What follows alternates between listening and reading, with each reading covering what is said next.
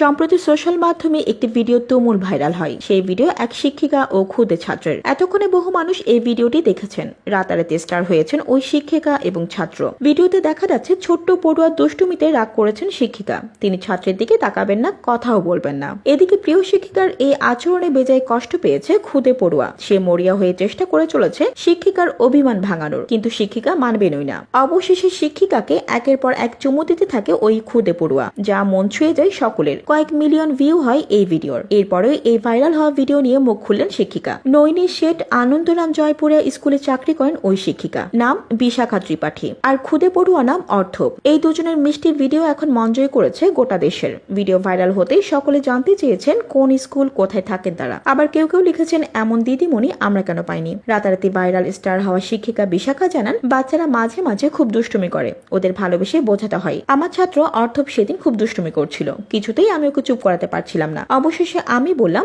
যাও আমি কথা বলবো না তোমার সঙ্গে। সঙ্গে সঙ্গে ও দুষ্টুমি বন্ধ করে চলে এলো আমার রাগ ভাঙাতে। এরকম কাণ্ড মাঝে মধ্যে হয় স্কুলে। আমরা এইসব ভিডিও করি বাচ্চাদের, সেগুলো বাবা মাকে দেওয়া হয়, কখন স্কুলের সোশ্যাল মিডিয়া পেজে আপলোড করা হয়। এই দিন আমার অন্য এক সহকর্মী ভিডিওটি করেছিলেন, আমি ওটাকে ইনস্টাগ্রামে আপলোড করি। বেশ তারপর থেকেই ভাইরাল। ওই শিক্ষিকা আরো জানান, আমাদের এই ভিডিও দেখে মানুষ খুশি হয়েছেন, আমাদের এত ভালোবাসা দিয়েছেন, এটা ভেবেই ভালো লাগছে। তবে এখানেই শেষ নয়। ওই শিক্ষিকা বলেন, আমি সকলকে বলবো বাচ্চাদের ভালোবাসা দিন, ওদের সঙ্গে ভালোবেসে কথা বলুন, বকাবকি নয়। দেখবেন ওরা আরো অনেক বেশি ভালোবাসা ফিরিয়ে দেবে, ওদের ছোটবেলাটা আরো সুন্দর হবে। এই ভিডিওটি এখন বেশ ভাইরাল।